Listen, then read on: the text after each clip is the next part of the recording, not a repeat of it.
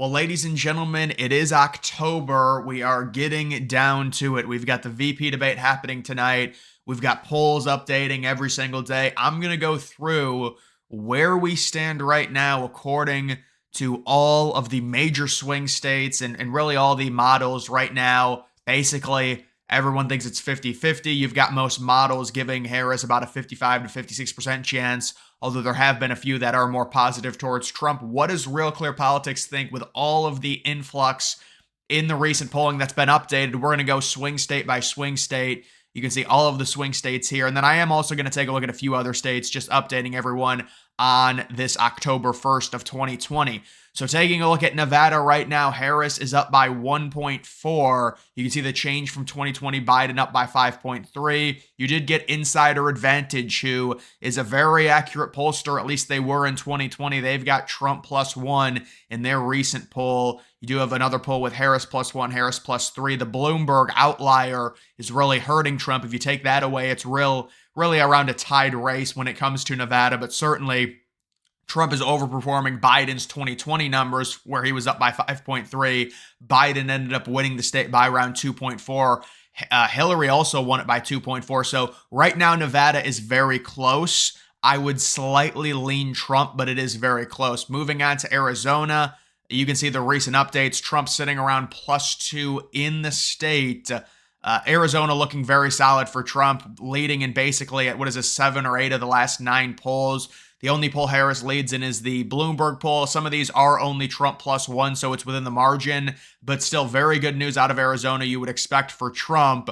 Right now, I would say 65 to 66% chance to win Arizona. That's what Polymarket has it. Nevada's around 50-50 at this point when it comes to these two states. Very important, 17 total electoral votes. Wouldn't be unrealistic to say Harris takes Nevada, Trump takes Arizona. That could happen. We will see. Moving on to Georgia, you do have Trump sitting +1.1. The recent Insider Advantage poll updating with a tie, and so Trump leading pretty much all these polls outside of that Fox News poll. Right now, I would say Georgia looks relatively comfortable for Trump. We'll have to see what ends up happening in terms of these final polls. But recently, obviously, Trump going down there to help with the hurricane, I think that's going to help him. Biden was sitting +0.3 in 2020. So that is interesting because Biden won the state by right around 0.3. So if these polls are accurate, Trump's going to win by around 1.1. I think he ends up winning by 2.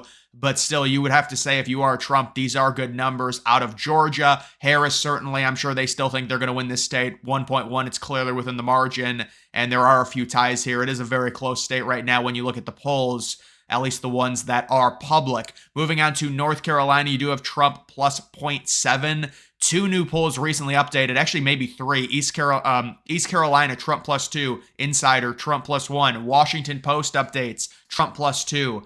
Very encouraging polls out of North Carolina recently for Trump. I think he actually went down in the overall average because some of the polls got knocked off and they had Trump up by more. But still, even these recent polls, you'll take a lead if you are Trump in North Carolina. Extremely important state. Liberals really need this state because they don't have a chance at Florida. They don't have a chance at Ohio, so they have to redefine the electoral map and give them potentially a flip like a North Carolina, just like they did in 2020 with Georgia.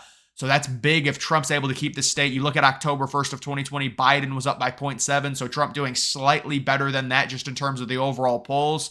And you would have to say that, I mean, very, very close state. Look at this. In 2016, Trump was +0.3, +0.7, +0.7. It is a swing state, but I do think Trump, based on the fact that he won it in 2016 and 2020, is looking very solid right now in North Carolina. Harris really wants this state. She wants Georgia, North Carolina, and the Rust Belt. That's what they're focused on. They want one of Georgia, North Carolina, and then the Rust Belt. Or they'll take both, so then they don't have to win all the Rust Belt. But they're really relying on the Rust Belt. If Trump can win both Georgia, North Carolina, and Arizona, they are screwed. The Democrats are, unless they sweep the Rust Belt and then also take Nevada. So it's very important for Trump to keep North Carolina, keep Georgia. Worst case, you split those two, but then it gets a little bit murky. Moving on to Pennsylvania, this is the most important state in the 2024 election when you factor in the 19 electoral votes. Donald Trump sitting +0.1. You had the recent update, Trump +3, which bumped him over, kind of made up for the Bloomberg +5. It's very close. I mean, it's basically it is 50-50 right now in Pennsylvania, which is great news for Trump. When you look at the history, great news for Trump. Look at 2020. Biden was up by 6. He underperformed that by like 5.5 points. Hillary was up by 2.4. She underperformed that by like 3.5 points. So Pennsylvania polls historically have underestimated Trump. And on October 1st, Trump is sitting plus zero point 0.1. It's obviously a very small lead, but still, even if Trump only gets underestimated by a point or two, which historically would be on the low end, he's going to win this state by 2 or 3 points. All you have to do is win this state. That's it. If you win this state and you are Trump, it's going to be extremely, extremely hard for Harris to win the election. If Harris wins this state, Trump's got a few different paths. He can possibly win a Wisconsin, obviously Arizona, Georgia, North Carolina. But if you are Trump and you win this state, you know, it is absolutely critical. It is very close. You did have Harris go up here recently, but Trump has made up for it, and he is up by 0.1 in terms of that. Moving on to Michigan, you do have Harris sitting plus 1.4. Really no recent updated polls in Michigan. You did have the New York Times, Harris plus 1. That's encouraging. The Atlas Intel, crazy poll with Trump plus 4. People were surprised by that. You could say that certainly is helping Trump's average overall, but some of these polls are going to drop off, like Quinnipiac that has Harris plus 5. If Trump's able to get a few ties or plus ones with these polls dropping off, his average is going to improve significantly in Michigan. Michigan's another state that struggled to poll. Biden plus 5. Trump overperformed that by 3 points. Hillary plus 5.3. Trump overperformed that. I mean, he's just doing so much better in terms of the polls than he was in 2020 and 2016 in pretty much all of these states, especially the Rust Belt states, though, especially the Rust Belt states. You could argue based on the polling, Michigan is going to be the most liberal Rust Belt state. But that Atlas Intel poll is very interesting that has Trump up by 4. Moving on to Wisconsin, it's going to be practically a tie, I would guess. Harris plus 0.8. Really no new polls there. Harris plus 2, Trump plus 2. Some of these polls that are going to get knocked off, I mean, they're basically ties. I mean, plus 2, plus 1, plus 1. And yeah, I mean, once again, Wisconsin is the state that really struggles to poll Trump. They underestimated him by about 5.5 points in 2020. They underestimated him by over 5 points in 2016. And they've only got him down by 0.8 here. I mean, look at the improvement. Plus 5.8 for Democrat, plus 4.7 for Democrat, plus 0.8 now for Democrat in 2024. You're like, oh, you're relying on a polling error. Not really. I mean, is 0.8 really I mean, Trump, Trump is right there. It's basically tied. So I think Trump is looking really good right now in the Rust Belt relative to how he was polling in previous cycles.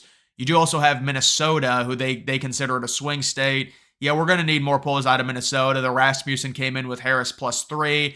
Minnesota, it is possible. It's not likely at all. You could argue Virginia is even more possible, and maybe Virginia should be the swing state. Harris plus 4.8. That Emerson poll is really going to help her, plus the 8 there. She's been winning every poll, but this is a state that Republicans, they might have a chance at. We'll see. It's definitely going to be closer than it was in 2020. Certainly will be, but that's another state to watch when it comes to that.